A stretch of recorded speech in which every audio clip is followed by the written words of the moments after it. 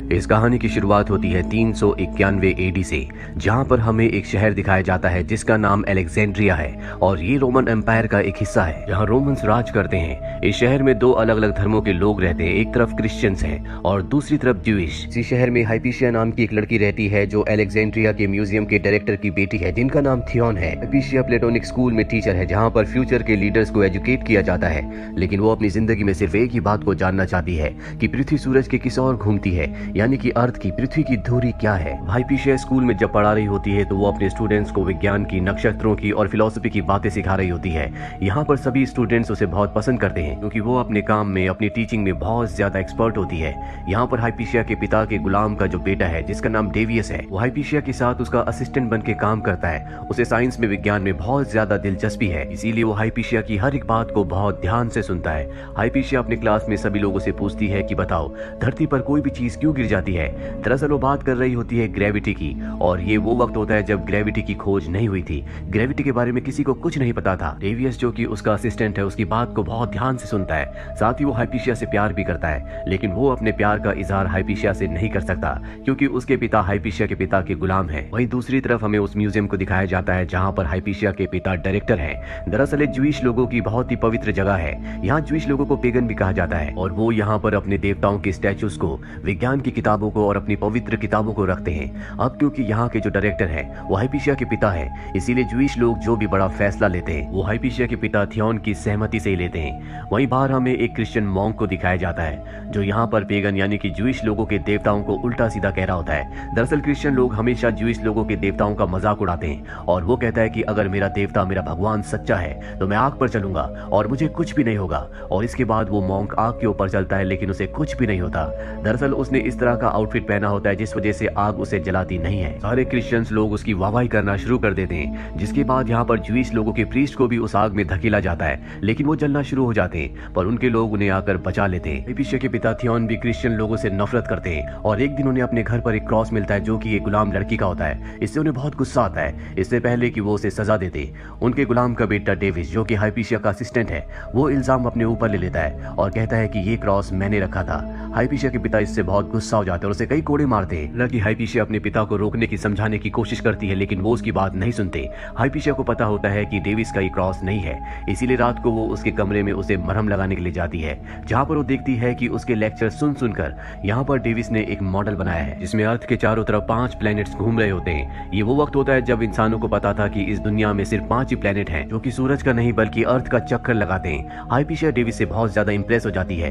अगले दिन क्लास में वो उसके मॉडल को सभी को दिखाती है और डेविस से कहती है कि सबको इस बारे में बताओ। डेविस उसे डेमोन्स्ट्रेट करता है। अब हमें दिखाया जाता है जहाँ पर ज्यूइश लोगों का एक पवित्र प्रोग्राम चल रहा होता है जो कि इनके मंदिर में होता है। इसे लाइब्रेरी ऑफ सेरेपियम भी कहा जाता है। यहाँ पर हाइपीशिया का एक स्टूडेंट भी होता है जिसका नाम होता है ओरेस्टियस। ओरेस्टियस हाइपीशिया से बहुत प्यार करता है, वो भी एक ज्यूइश है और यहाँ पर सबसे कहता है कि मैं अपनी जिंदगी में सबसे ज्यादा प्यार अपने म्यूजिक से करता हूँ और उससे ज्यादा प्यार करता हूँ मैं हाइपीशिया से, और वो अपने म्यूजिक के इंस्ट्रूमेंट को हाइपीशिया को देता है।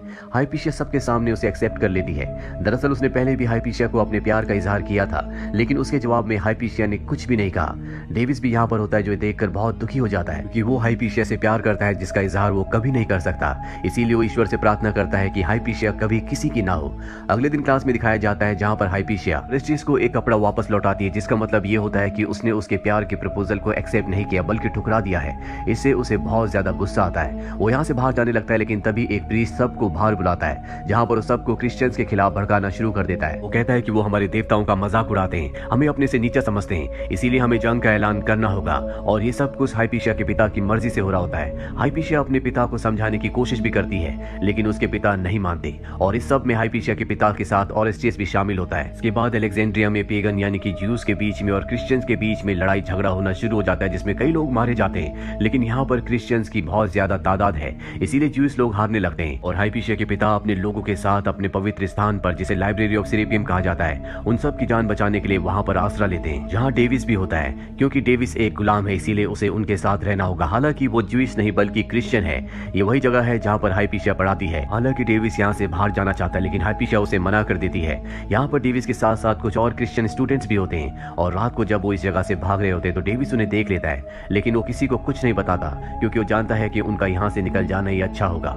कई महीने बीत जाते हैं, इसके बाद इनका धीरे धीरे खाना खत्म होना शुरू हो जाता है, जिससे यहाँ पर सबको परेशानी टेंशन होना शुरू हो जाती है, क्योंकि यहाँ से ना तो कोई बाहर जा सकता है और ना ही बाहर से किसी को अंदर आने की इजाजत है। एक रात को डेविस चुपचाप यहाँ से निकल जाता है। दरअसल अब ये पूरा का पूरा शहर एक तरह से दो अलग अलग हिस्सों में बढ़ चुका है, यानी कि दो अलग ग्रुप्स में, क्रिश्चियंस और जूइश के।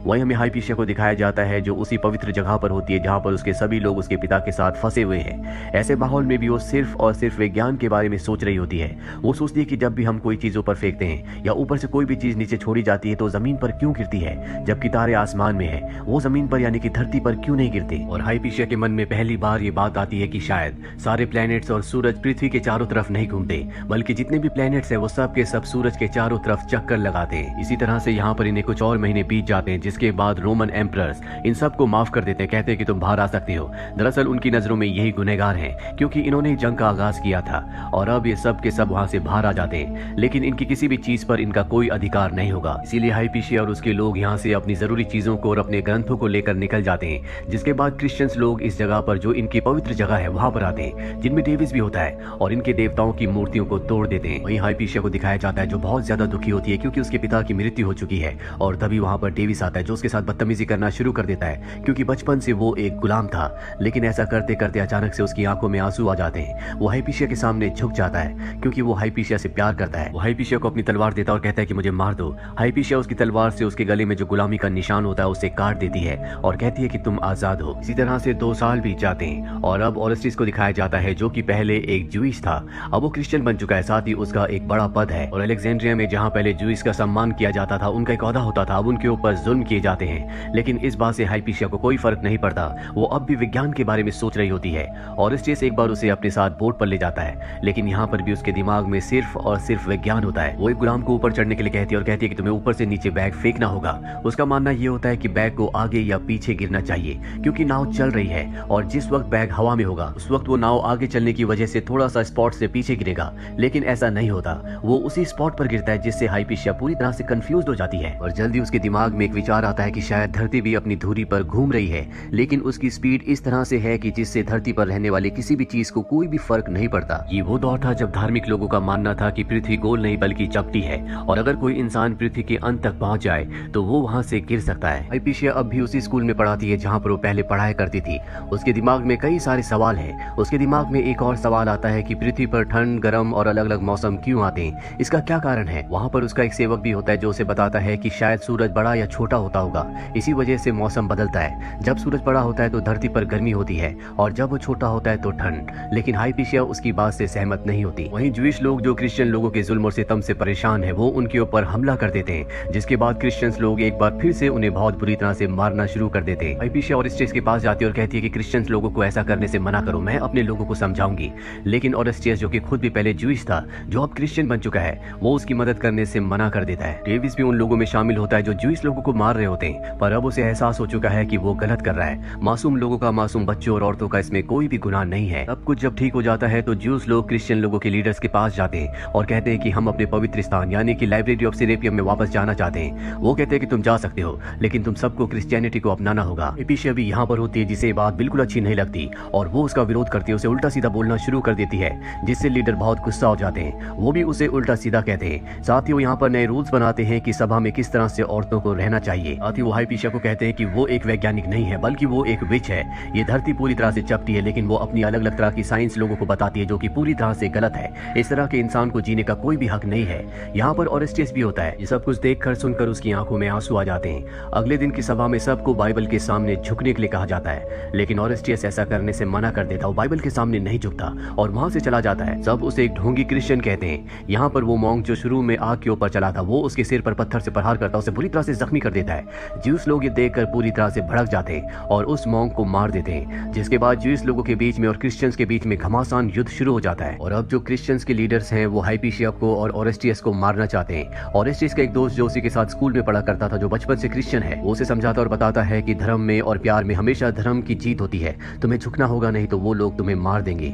ओरेस्टिस की आंखों में आंसू आ जाते हैं और वो उनकी बाइबल के यानी कि क्रिश्चियनिटी के सामने झुक जाता है। हिपेशिया ने ऐसा नहीं किया होता, इसीलिए अब वो हिपेशिया को मारना चाहते हैं। वही हिपेशिया जो अभी जान चुकी है कि धरती सूरज के यानी कि सन के चक्कर लगाती है, बाकी सन और दूसरे प्लैनेट्स धरती के चक्कर लगाते हैं, पर अब वो ये जानने की कोशिश कर रही होती है कि धरती सन के चक्कर किस तरह से लगाती है, क्या वो सर्कुलर मोशन में लगाती है या उसका चक्कर लगाने का जो मोशन है वो कोई और है। पेशे को लगता है कि वो इलिप्स शेप में सन का चक्कर लगाती है, तभी धरती पर अलग अलग मौसम आते हैं, लेकिन वो इस थ्योरी पर अभी कंफर्म नहीं होती। तभी वहां पर ओरेस्टेस आता और उसे बताता है कि तुम्हें मारने की तैयारी की जा रही है, तुम्हें क्रिश्चियनिटी को अपनाना होगा, पर वो साफ साफ मना कर देती है। हालांकि डेविस भी उसे बचाना चाहता है, लेकिन अब उसे पकड़ लिया जाता है और उसे मारते पीटते जलील करते हुए लाइब्रेरी तक लाया जाता है। ये सब लोग उसे मारना चाहते हैं, लेकिन इनके पास तलवार नहीं है, इसीलिए बाहर पत्थर लेने के लिए जाते हैं। डेविस को देखकर बहुत दुख होता है और वो उसे इस तरह की मौत मरते हुए नहीं देखना चाहता, इसीलिए वो खुद उसे आसान मौत देकर मार देता है। और जब वो अपनी जिंदगी की आखिरी सांसें ले रही होती है, तभी वो ऊपर छत की तरफ देखती है, जहां पर इलिप्स शेप का एक गोलाकार होता है, जिससे उसे अपनी थ्योरी पर पूरी तरह से कॉन्फिडेंस हो जाता है कि पृथ्वी इलिप्स शेप में ही सूर्य के चारों तरफ घूमती है, जिस वजह से अलग अलग मौसम पृथ्वी पर आते हैं। और अब अपनी जिंदगी के आखिरी वक्त में उसने अपने सवालों के जवाब को पा लिया और इसके बाद उसकी मृत्यु हो जाती है। अब यहाँ पर वो सब लोग भी आ जाते हैं जो पत्थर लेने के लिए गए थे। डेविस उनसे कहता है कि ये बेहोश हो गई है, जिसके बाद सब के सब उसे पत्थर मारते हैं। उसके शरीर को गलियों में घसीटा जाता है, उसे जला दिया जाता है और इतिहास से उसके नाम को हमेशा के लिए मिटा दिया जाता है। हाइपीशिया की बात पर किसी ने विश्वास नहीं किया, पर ठीक 1200 सालों बाद जोहानस केपलर, जो कि एक वैज्ञानिक थे, उन्होंने दुनिया को बताया कि अर्थ इलिप्टिक ऑर्बिट में सन के चारों तरफ घूमती है और यही बात थी जो हाइपीशिया ने सबको बताई थी। हाइपीशिया को हमेशा के लिए भुला दिया गया। इसी तरह की एक घटना हमारे देश में भी हुई थी, जहां पर दुनिया जानती है कि राइट ब्रदर्स ने पहला फ्लाइंग ऑब्जेक्ट यानी कि प्लेन बनाया था। जबकि सच तो यह है कि 1895 में शिवकर बापूजी तलपड़े, जो कि एक स्कॉलर थे, उन्होंने सबसे पहले फ्लाइंग ऑब्जेक्ट को बनाया था, लेकिन इतिहास में उनके नाम को दबा दिया गया। लेकिन आज टेक्नोलॉजी की वजह से, इंटरनेट की वजह से पूरी दुनिया कहीं ना कहीं ये जानती है कि पहला फ्लाइंग ऑब्जेक्ट बनाने वाला इंसान कोई इंडियन था। ये थी पूरी कहानी फिल्म अगोरा की, जो कि एक सच्ची ऐतिहासिक घटना है। उम्मीद करते हैं कि ये कहानी आपको पसंद आई होगी।